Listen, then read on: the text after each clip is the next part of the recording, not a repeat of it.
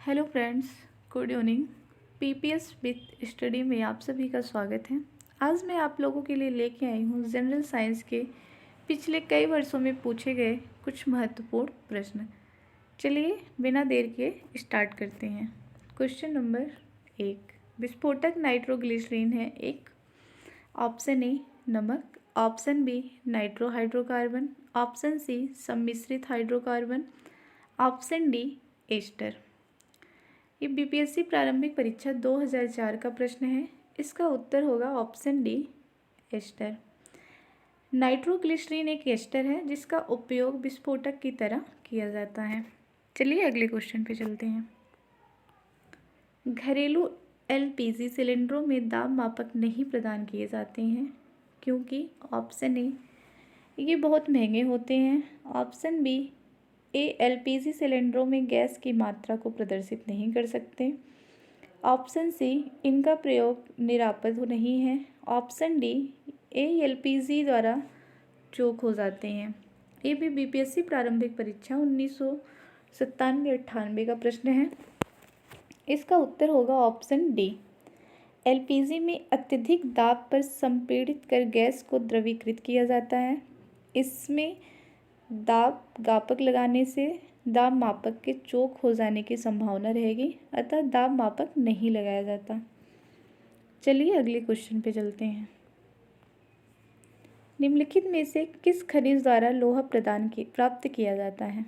Option A चूनी पत्थर, option B प्लिस ब्लेड, option C monazite, option D hematite. ये भी बीपीएससी प्रारंभिक परीक्षा 1997-98 का प्रश्न है।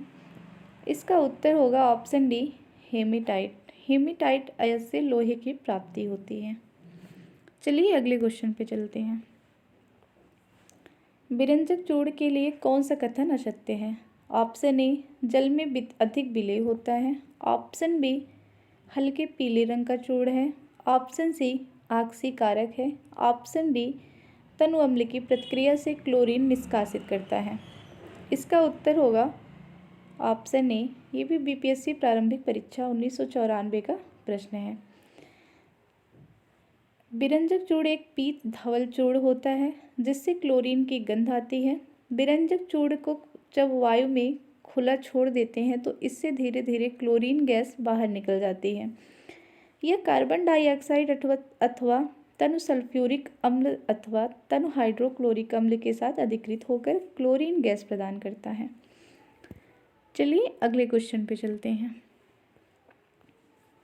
जस्ते से एक बर्तन पर विद्युत लेपन की विधियों में ऑप्शन ए बर्तन को ऋण ध्रुव बनाया जाता है, ऑप्शन बी शुद्ध जस्ते को धन ध्रुव बनाया जाता है, ऑप्शन सी बर्तन को ऋण ध्रुव और शुद्ध जस्ते को धन ध्रुव बनाया जाता है, ऑप्शन डी बर्तन धन ध्रुव और जस्ते को ऋण ध्रुव बनाया जाता है। ये भी बीपीएससी प्रारंभिक परीक्षा 2004 का प्रश्न है। इसका उत्तर होगा ऑप्शन सी। जस्ते से बर्तन पर विद्युत लेपन की विधि में जस्ता 2 इलेक्ट्रॉनों का त्याग कर धनायन बन जाता है और बर्तन इलेक्ट्रॉनों का त्याग कर ऋणायन हो जाता है। इससे जस्ता धन रूप और बर्तन ऋण रूप के रूप में परिणित हो जाता है। आइए अगले क्वेश्चन पे चलते हैं। विस्फोटक नाइट्रोग्लिसरीन है एक। ऑप्शन ए नमक, option B nitrohydrocarbon, option C सम्मिश्रित हाइड्रोकार्बन, ऑप्शन डी एस्टर। ये भी बीपीएससी प्रारंभिक परीक्षा 2004 का प्रश्न है। इसका उत्तर होगा ऑप्शन डी एस्टर। नाइट्रोग्लिसरीन एक एस्टर है जिसका उपयोग विस्फोटक की तरह किया जाता है। चलिए अगले क्वेश्चन पे चलते हैं। अच्छा, ये क्वेश्चन रिपीट हो गया।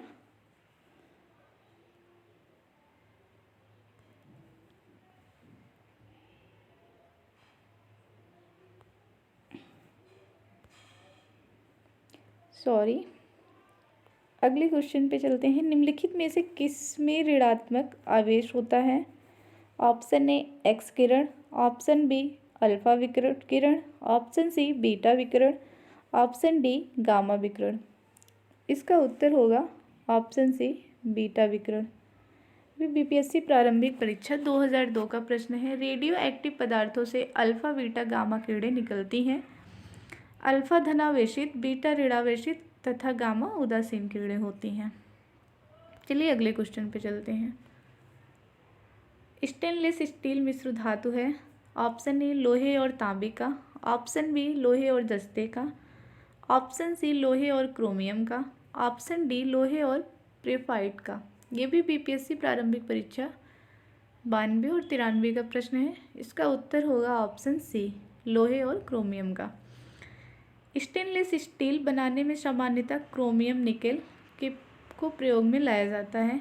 इन दोनों को ही लौह धातु के साथ मिलाकर कुछ मात्रा में कार्बन डालकर स्टेनलेस स्टील तैयार किया जाता है। आइए अगले प्रश्न पे चलते हैं। निम्नलिखित में से कौन सा इलेक्ट्रॉनिक समरूपण धातु तत्वों के लिए होता है? Option A 28, option B 287, option C 288, option D 2882। इसका उत्तर होगा ऑप्शन डी। बीपीएससी प्रारंभिक परीक्षा 2001 का प्रश्न है। 2882 इलेक्ट्रॉन समरूपण क्षारीय मृदा धातु, 2.8 अक्रिय गैस नियान है, 2.87 हैलोजन क्लोरीन है, 288 अक्रिय गैस आर्गन है। आइए अगले क्वेश्चन पे चलते हैं। जिस तत्व के परमाणु में 2 प्रोटॉन, 2 न्यूट्रॉन और 2 इलेक्ट्रॉन हो, उस तत्व की द्रव्यमान संख्या कितनी होती है?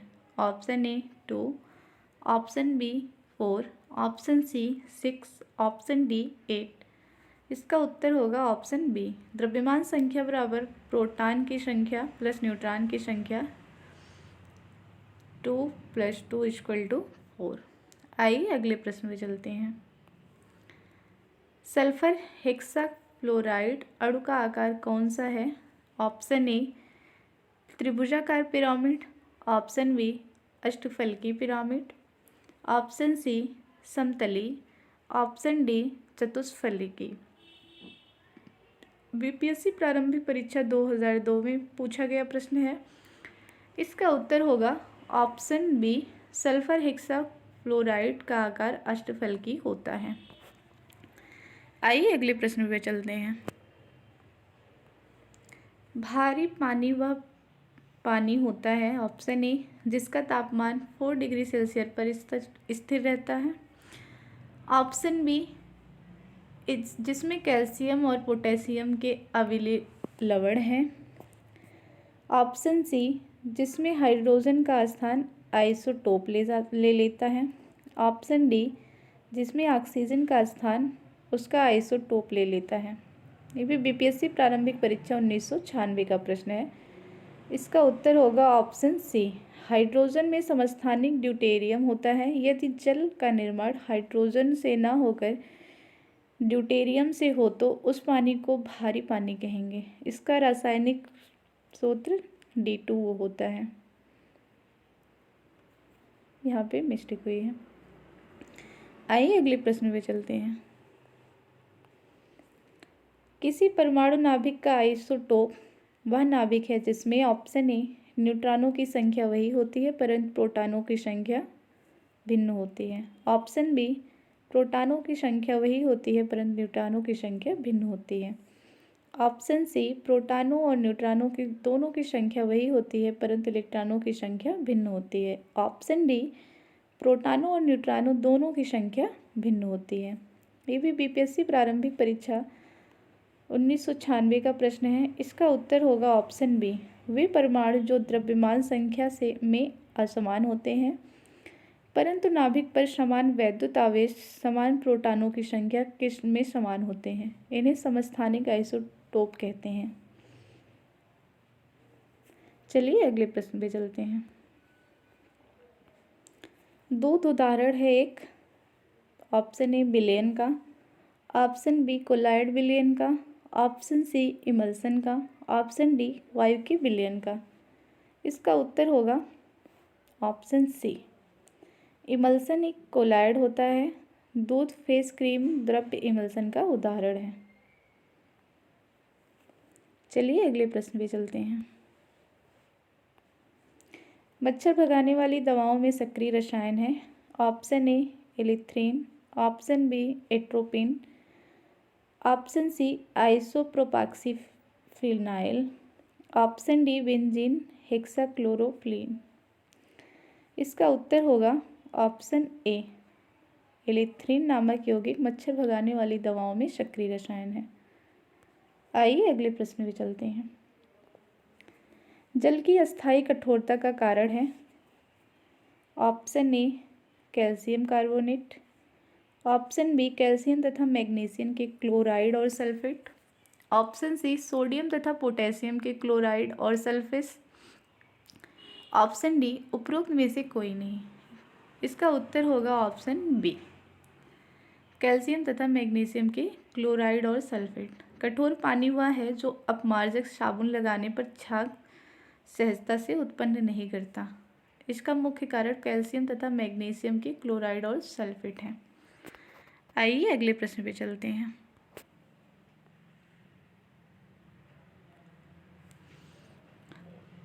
हास्य गैस क्या है? Option A nitric oxide, option B nitrogen pentoxide, option C nitrogen peroxide, option D nitrous oxide. ये भी बीपीएससी प्रारंभिक परीक्षा 1995 का प्रश्न है। इसका उत्तर होगा option D nitrous oxide. Nitrous oxide हास्य गैस है। इसके सूंघने पर हंसी आती है। डॉक्टर इसका प्रयोग एनेस्थीसिया के रूप में भी प्रयुक्त करते हैं। आइए अगले प्रश्न पे चलते हैं। निम्नलिखित में से किसे हंसने वाली गैस कहा जाता है? Option A nitric oxide, option B citrus oxide, option C nitrogen pentoxide, option D nitrogen, option E उपर्युक्त में से कोई नहीं, उपर्युक्त में से एक से अधिक। ये भी बीपीएससी प्रारंभिक परीक्षा 2019 का प्रश्न है। इसका उत्तर होगा ऑप्शन बी साइट्रस ऑक्साइड। आइए अगले क्वेश्चन पे चलते हैं। अपमार्जक क्या है? साबुन, औषधि, शोधनकर्ता, उत्प्रेरक। इसका उत्तर होगा ऑप्शन ए साबुन। यहाँ पे मिस्टेक हुआ है। ऑप्शन ए। सफाई कार्य के लिए प्रयुक्त होने वाले पदार्थ साबुन एवं अपमार्जक कहलाते हैं। वास्तव में हम जिस साबुन का उपयोग वर्षों से कर रहे हैं वह अपमार्जक श्रेणी में ही आता है। आइए अगले प्रश्न पे चलते हैं। निम्न में से कौन सा पदार्थ साबुन होता है? ऑप्शन ए वनस्पति तेल, ऑप्शन बी मोबिल तेल, ऑप्शन सी केरोसिन तेल, ऑप्शन डी कटिंग तेल। ये भी बीपीएससी प्रारंभिक परीक्षा 2001 का प्रश्न है। इसका उत्तर है ऑप्शन ए वनस्पति तेल। जब किसी तेल अथवा वसा को सोडियम हाइड्रोक्साइड विलयन के साथ विभेदित करते हैं तो तेल अथवा वसा संगत एसिड सोडियम लवण एवं ग्लिसरॉल में परिवर्तित हो जाते हैं। इस अभिक्रिया को साबुनीकरण कहते हैं। चलिए अगले प्रश्न पे चलते हैं। पीतल में कौन सी धातुएं हैं? ऑप्शन ए तांबा और निकेल, ऑप्शन बी निकेल और जस्ता, ऑप्शन सी मैग्नीशियम और जस्ता, ऑप्शन डी तांबा और जस्ता। ये भी बीपीएससी प्रारंभिक परीक्षा 2005 का प्रश्न है। इसका उत्तर होगा ऑप्शन डी तांबा और जस्ता। पीतल एवं तांबा कॉपर एवं जस्ता जिंक धातुएं हैं। चलिए अगले प्रश्न पे चलते हैं।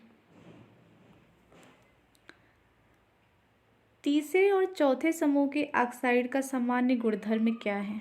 ऑप्शन ए बेसिक और acidic, option B basic, option C acidic, option D उदासीन। ये भी बीपीएससी प्रारंभिक परीक्षा 2002 का प्रश्न है। इसका उत्तर होगा ऑप्शन ए बेसिक और एसिडिक। तीसरे चौथे समूह के ऑक्साइड का सामान्य गुणधर्म बेसिक और एसिडिक है। चलिए अगले प्रश्न पे चलते हैं। रेडियोधर्मी पदार्थ उत्सर्जित करता है। ऑप्शन ए अल्फा किरण, ऑप्शन बी बीटा किरण, ऑप्शन सी गामा किरण, ऑप्शन डी उपरोक्त सभी। बीपीएससी प्रारंभिक परीक्षा 1995 का प्रश्न है। इसका उत्तर होगा ऑप्शन डी, सभी। रेडियोधर्मी पदार्थ से अल्फा, बीटा और गामा किरणें उत्सर्जित होती हैं। ये किरणें क्रमशः धनावेशित, ऋणावेशित और उदासीन होती हैं। आज के लिए बस इतना ही। बहुत ही जल्द आपसे मिलते हैं नेक्स्ट वीडियो में नेक्स्ट टॉपिक के लिए। तब तक के लिए